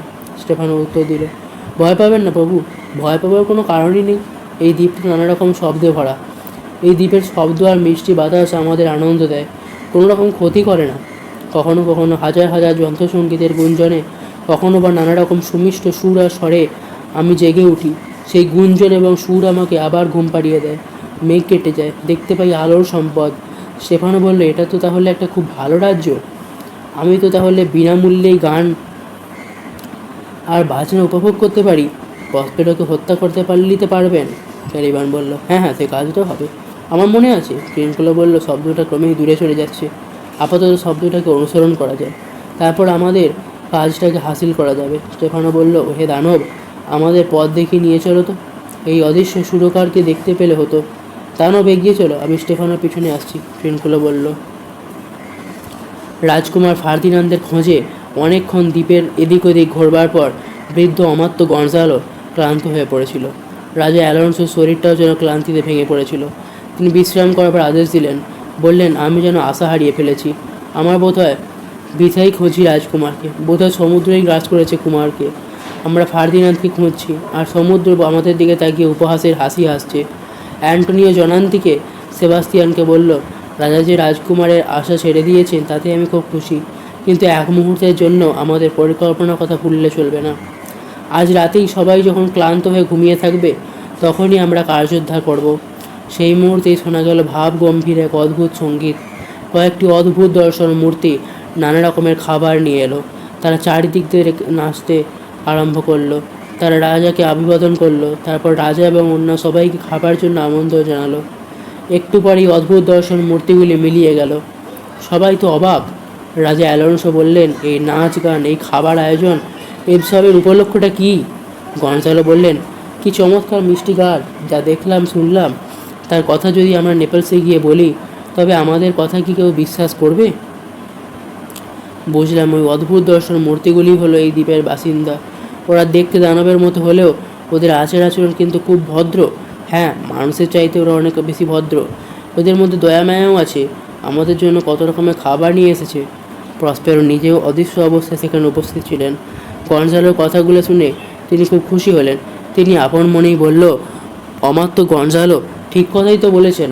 এখানে এমন কয়েকজন মানুষ আছে যারা শয়তানের চাইতেও খারাপ। প্রসপেরোর এই কথাগুলি অবশ্য রাজা দলের কেউ শুনতে পেলেন না। অ্যালোনসো বললেন, এই দ্বীপের বাসিন্দারা আমাদের জন্য খাবার দিয়ে এলো, আমাদের অভিনয় দেখালো, কিন্তু আমাদের সঙ্গে কেউ তো কোনো কথা বললো না। আমরা যা দেখলাম তা কি সত্যি? গনজালো বললেন, মহারাজ, ছেলেবেলায় দৈত্যদানবদের যেসব গল্প শুনেছি সেগুলির মধ্যে কিছুটা সত্যতা থাকতেও পারে। সামনে ভোজ্যদ্রব্য আর আমরাও ক্ষুধার্ত। এবার আপনার আদেশ পেলে আমরা ভোজ্যদ্রব্যগুলি গ্রহণ করতে পারি। রাজার অনুমতি পেয়ে সবাই খাবার টেবিলের দিকে এগোলো, কিন্তু খাওয়া দিক তাদের কপালে আছে। হঠাৎ শোনা গেল বজ্রের গুরু গর্জন। বিজলির চমকে গোটা আকাশটা চমকে গেল। অদৃশ্য এরিয়েল আবার দৃশ্যমান হলো। এরিয়েল আসছে পৌরাণিক দানবী হার্পির রূপ ধারণ করে। এই দানবী দেহের অর্ধাংশ নারী দেহের আর অপরার্ধ পক্ষী দেহের। এই অর্ধনারী এবং অর্ধপক্ষী দানবী এবার এক বিচিত্র ভঙ্গিতে খাবার টেবিলের উপরে পাখা দুটিকে মিলিয়ে যেন তালি দিল। সঙ্গে সঙ্গে সমস্ত খাদ্যদ্রব্য মুহূর্তের মতো অদৃশ্য হয়ে গেল। শোনা গেল এরিয়েলের কণ্ঠস্বর। সে স্বর এবার দানবীয়। হার্পি বলতে লাগলো, তোমাদের মধ্যে 3 জন মহাপাপী নিয়তিই তাদের টেনে নিয়ে এসেছে এই পাতালের জগতে। এখানে তোমাদের নিজেদের মহাপাপের জন্য শাস্তি ভোগ করতে হবে। তোমরা মানুষের সমাজে বাস করার অযোগ্য। সমুদ্রও তোমাদের গ্রহণ করতে অনিচ্ছুক। আমি তোমাদের মানসিক অবস্থা এমন করে তুলব যাতে তোমরা আত্মহত্যা করবার জন্য এগিয়ে যাও। সে সময় আসন্ন। হার্পি বেশি এরিয়েল বলতে লাগলো, না না, কোষ থেকে তরবারি বের করে কোনো লাভ হবে না। তোমাদের তরবারি চালনা করার ক্ষমতা আমি কেড়ে নিয়েছি। তোমরা 3 মহাপাপী মিলান থেকে ডিউক প্রসপেরো আর শিশুকন্যা মিরান্ডাকে বিতাড়িত করেছো। বাবা আর মেয়েকে তোমরা ভাঙা নৌকোয় করে অসহায়ভাবে সাগরে ভাসিয়েছ। কিন্তু ঈশ্বরের করুণা ছিল প্রসপেরো মিরান্ডার উপরে। বাবা আর মেয়ে সাগরে ডুবে মরেনি। ঈশ্বর তাদের নিয়ে এলেন এই দ্বীপে, আশ্রয় দিলেন তাদের। তোমাদের অন্যায় আচরণের প্রতিটি প্রাণী ক্ষুব্ধ। প্রসপেরোর অভিশাপে অভিশপ্ত হয়ে উঠবে তোমাদের জীবন। অসহনীয় যন্ত্রণা ভোগ করবে তোমরা। অনুতাপের অগ্নিতে নিজেদের শুদ্ধ করো তোমরা, তাতে তোমাদের পাপের বোঝা অনেকটা কমবে। আকাশে দেখা গেল বিজলির চমক। শোনা গেল বজ্রের গুরু গর্জন। হার্পির উপর এরিয়াল অদৃশ্য হয়ে গেল। শোনা গেল সুমধুর সঙ্গীত। প্রসপেরো ধন্যবাদ জানালেন এরিয়েলকে। চমৎকার অভিনয় করেছে এরিয়েল। তার কৌশলেই শত্রুদের এ জায়গায় নিয়ে আসা সম্ভব হয়েছে। ওদের মানসিক যন্ত্রণা দিয়েছে এরিয়েল। ঠিকই করেছে। ওদের 3 জনের মতো মহাপাপীকে দয়া দেখাবার প্রশ্নই উঠতে পারে না। রাজা অ্যালোনসো হতাশ হয়ে বললেন, বজ্র গর্জনের মধ্যে শুনলাম ডিউক প্রসপেরোর নাম। শুনলাম আমার অতীত পাপের কাহিনী। মহাপাপের মহাপঙ্কে পতিত হয়েছি আমি। কিন্তু আমার ছেলেকে আমি খুঁজে বের করব। যদি জীবিত অবস্থায় তাকে না পাই, তবে তার দেহের পাশেই রচিত হবে আমার শেষ শয্যা। সেবাস্তিয়ান বিড়ম্বনা দেখিয়ে বলল, প্রতিবাদে যদি 1 জন করে দানব আসে, তবে আমি একদল দানবের সঙ্গে লড়াই করতে পারি। অ্যান্টোনিও বলল, রাজভাতা, আমি হব আপনার সহকারী। রাজা, সেবাস্তিয়ান এবং অ্যান্টোনিও সেখান থেকে চলে গেলেন। গনজালো মন্তব্য করলেন, এরা 3 জনেই দেখছি বেপরোয়া হয়ে উঠেছেন। ওদের মহাপাপের বিষক্রিয়া শুরু হয়েছে। ওরা এখন কি করতে হবে, কি করে বসেন কে জানে। ওদের অনুসরণ করতে হবে, থামাতে হবে ওদের। আদ্রিয়ান বলল, আসুন ওদের অনুসরণ করি। প্রসপেরোর গুহার সামনে রয়েছেন তিনি নিজে, ফার্দিনান্দ আর মিরান্দা। প্রসপেরো বললেন, বৎস ফার্দিনান্দ, তোমাকে আমি অনেক কষ্ট দিয়েছি, কঠোর আচরণ করেছি তোমার সঙ্গে, তোমাকে অনেক কঠোর কথা বলেছি, কিন্তু আমি যা করেছি তা কেবল তোমাকে পরীক্ষা করবার জন্য। সে পরীক্ষায় তুমি সসম্মানে উত্তীর্ণ। এবার আমি তোমাকে পুরস্কার দেব। আমার মেয়ে মিরান্ডাকে আমি তোমার হাতেই তুলে দেব। মিরান্ডার মতো মেয়েকে স্ত্রীরূপে পাওয়া খুব সৌভাগ্যের বিষয়। আমার নিজের মেয়ে বলে আমি একথা বলিনি, ভবিষ্যতে তুমি নিজেই বুঝতে পারবে। এরপর প্রসপেরো এরিয়েলকে স্মরণ করলেন। এরিয়েল এলে তিনি বললেন, এবার রাজা অ্যালোনসোকে আর তার দলের সবাইকে এখানে নিয়ে এসো। এরিয়েল বলল, প্রভু, আপনার আজ্ঞা অবশ্যই পালন করব। প্রসপেরো বললেন, তোমাকে যখন আমি আবার স্মরণ করব তখনই এখানে আসবে, তার আগে নয়। তাই হবে প্রভু, এরিয়েল উত্তর দিল। তারপর প্রসপেরো তার জাদুবিদ্যার বলে ফার্দিনান্দ আর মিরান্ডাকে দেখালেন রামধনুর অধিষ্ঠাত্রী দেবী আইআরএস, সহ্যের অধিষ্ঠাত্রী দেবী সিরিস এবং দেবরাজ জুপিটারের পত্নী জুনোকে। জাদুর মায়ায় দেখা গেল কয়েকজন জলপরী এবং নর্তককে। জলপরীরা নর্তকদের সঙ্গে গ্রাম্য যোগদান করল। দেবরানী এবং দেবীরা ফার্দিনান্দ আর মিরান্ডাকে আশীর্বাদ করলেন। নাচ গান যখন বেশ জমে উঠেছে তখন প্রসপেরোর মুখের কথা শুনে সবাই হঠাৎ অদৃশ্য হলো। প্রসপেরো জনান্তিকে বললেন, ক্যালিবান আর তার সঙ্গীদের ষড়যন্ত্রের কথাটা আমি একেবারেই ভুলে গিয়েছিলাম। ওদের ষড়যন্ত্র কার্যকরী করবার সময় এসেছে। এখন বিদেহীরা অদৃশ্য হওয়ায় ভালোই হয়েছে। ফার্দিনান্দ অবাক হয়ে মিরান্ডার দিকে তাকিয়ে বলে, আশ্চর্য ব্যাপার, তোমার বাবাকে যেন খুব তো উত্তেজিত দেখাচ্ছে। বাবাকে তো কোনোদিন এত ক্ষুব্ধ বা উত্তেজিত অবস্থায় দেখিনি। বিষণ্ণ কণ্ঠে মিরান্ডা বলল। মেয়ের দিকে তাকিয়ে প্রসপেরো বললেন, মিরান্ডা, মনে হচ্ছে তুমি খুব ভয় পেয়েছো। না, ভয় পাওয়ার কোনো কারণ নেই। অতীতের দুঃখ কষ্টের কথা ভুলে যাও। যে সব অনুষ্ঠানে দেখলে তা শেষ হয়ে গিয়েছে। দৃশ্যমান অশরীরটা মিলিয়ে গিয়েছে বাতাসে। তোমরা দুজনে বিশ্রাম করো। আমার মন এখন অশান্ত। মনটাকে শান্ত করবার জন্য আমি এখন কিছুক্ষণের জন্য বাইরে পরিচালনা করব। ফার্দিনান্দ আর মিরান্ডারা চলে গেলেন। প্রসপেরো গুহার বাইরে পায়চারি করতে লাগলো। ষড়যন্ত্রকারী ক্যালিবান, স্টেফানো আর ট্রিঙ্কুলোকে পথ দেখিয়ে নিয়ে আসছে। ওরা যাবে প্রসপেরোর বাসস্থানে। ক্রমে ওরা গুহার কাছে এসে পড়ল। ক্যালিবান তার সঙ্গীদের সতর্ক করে দিয়ে বললেন, আপনারা সাবধানে পা টিপে টিপে আসুন। গুহার ভিতরে জাদুকরটা যেন আপনাদের পায়ের শব্দ শুনতে না পায়। পেলে কিন্তু আমাদের কাজ হাসিল করা যাবে না। স্টেফানো বলল, ওহে দানব, তোমার ওই জাদুকরটা কিন্তু ইচ্ছে করলে আমাদের সঙ্গে ভালো ব্যবহার করতে পারতো। স্টেফানোর দিকে তাকিয়ে ক্যালিবান বলল, প্রভু, আমাকে অনুগ্রহ করুন। দয়া করে একটু ধৈর্য ধরুন। আমি আপনাকে এমন পুরস্কার এনে দেব যাতে আপনি খুশি না হয়ে পারবেন না। ওই জাদুকরটা আমাদের সবাইকার দুঃখ দূর করে দেবে। দয়া করে চুপি চুপি কথা বলুন। চারিদিকে এখন মধ্যরাতের নিস্তব্ধতা। আসুন আমরা পার্টি পেটি ওই। ওরা তিনজনেই খুব মদ খেয়েছে। মদের বোতলগুলি পড়ে গিয়েছে অগভীর জলাভূমির মধ্যে। স্টেফানো বলল, দাঁড়াও, আগে বোতলগুলি জলার ভিতর থেকে উদ্ধার করি, তারপর তোমার ওই জাদুকরটা সম্বন্ধে ব্যবস্থা নেওয়া হবে। ক্যালিবান অনুনয় করে বলল, প্রভু, দয়া করে চুপ করুন। এই তো সামনেই জাদুকর প্রসপেরোর গুহার মুখ। কাজটা সেরে ফেলুন। জাদুকর মরলে আপনিই হবেন এই দ্বীপের রাজা, আর আমি দাস হয়ে সারা জীবন আপনার সেবা করব। স্টেফানো কিন্তু গুহার দিকে গেলেন না। ক্যালিবান বলল, প্রভু, জাদুকরটা এখন ঘুমিয়ে রয়েছে। আমাদের এই সুযোগটা হারালে চলবে না। জাদুকর জেগে উঠলে আমাদের আর রক্ষে থাকবে না। ক্যালিবানের কথায় কান্না দিয়ে মাথা স্টেফানো টলতে টলতে এগুলো গাছের দিকে। জাদুবিদ্যার সাহায্যে গাছের নানা রকমের সুন্দর সুন্দর পোশাক আর খেলনা ঝোলানো ছিল। ষড়যন্ত্রকারীদের আটকে রাখবার জন্য এটা করা হয়েছে। স্টেফানো বলল, এই যে দেখছি পোশাকের গাছ, সবগুলি আমার। ট্রিঙ্কুলো এবার স্টেফানোকে সম্মান দেখিয়ে বলল, মহারাজ, আমরা সব পোশাক চুরি করব।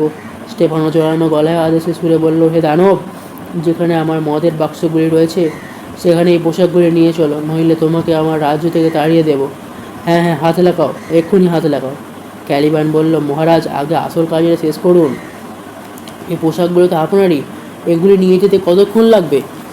স্টেফানো চরিত কণ্ঠে বলল, আগে আমার আদেশ পালন করো, নইলে তোমাকে রাজ্য থেকে তাড়িয়ে দেব। এখন দেখা গেল একদল অশরীরী শিকারীকে, তাদের সঙ্গে কতগুলি অশরীরী শিকারী কুকুর। অন্তরাল থেকে প্রসপেরো আর এরিয়েলের কণ্ঠস্বর ভেসে এলো, ছুটে যাও, সব কটা পাজিকে তাড়া করো। শিকারি আর কুকুরদের তাড়া খেয়ে পালাবার জন্য ছুট দিল স্টেফানো। ট্রিনকুলো আর ক্যালিবান কিন্তু কিছু দূরে যাবার পরই তাদের দেহে অসহ্য যন্ত্রণা শুরু হলো। কারা যেন নিজের অদৃশ্য থেকে দেহে দেহে চিমটি কাটতে লাগলো। কি অসহ্য যন্ত্রণা হলো!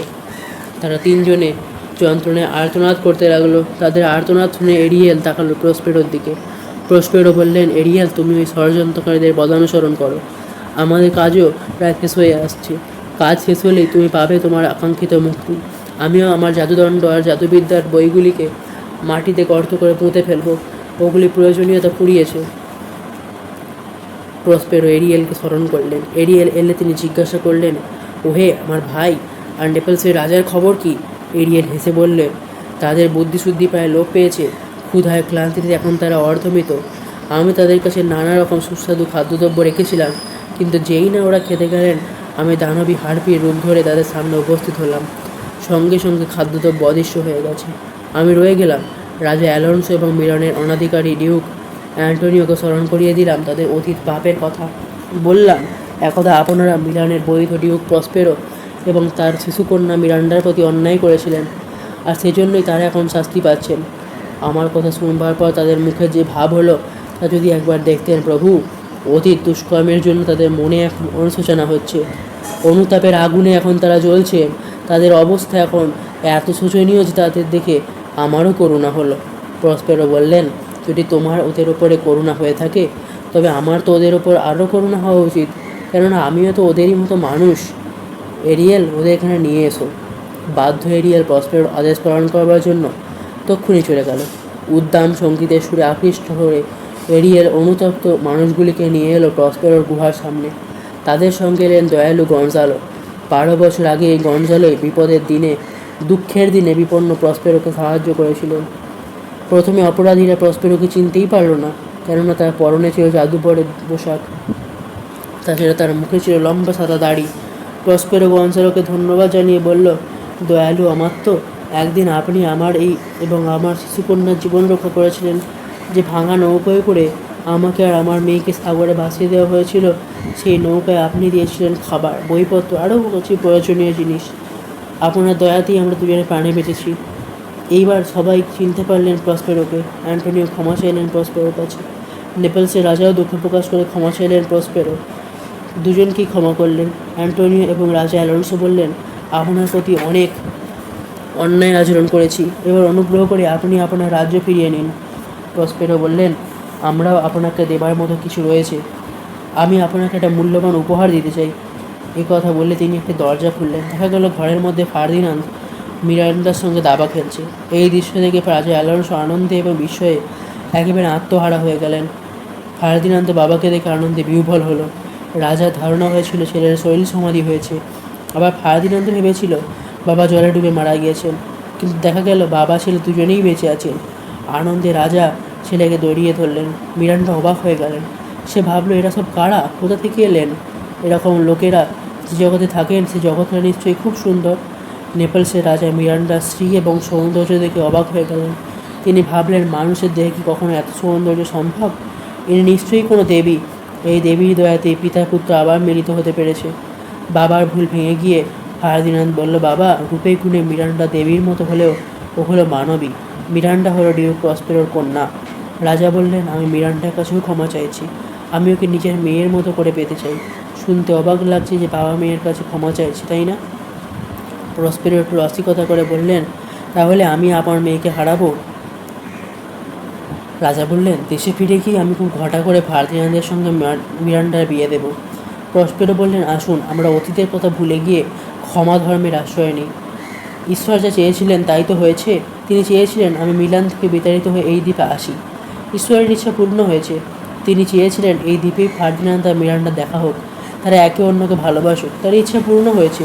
আসুন আমরা সর্বশক্তিমান ঈশ্বরকে ধন্যবাদ জানাই, তার কাছে আমাদের কৃতজ্ঞতা স্বীকার করি। একথা শুনে অ্যান্টোনিও লজ্জায় কেঁদে ফেললেন। দয়ালু গঞ্জালো কাঁদলেন মহা আনন্দে। তিনি বললেন, পরম করুণাময় ঈশ্বর, ফার্দিনান্দ আর মিরান্ডাকে আশীর্বাদ করুন।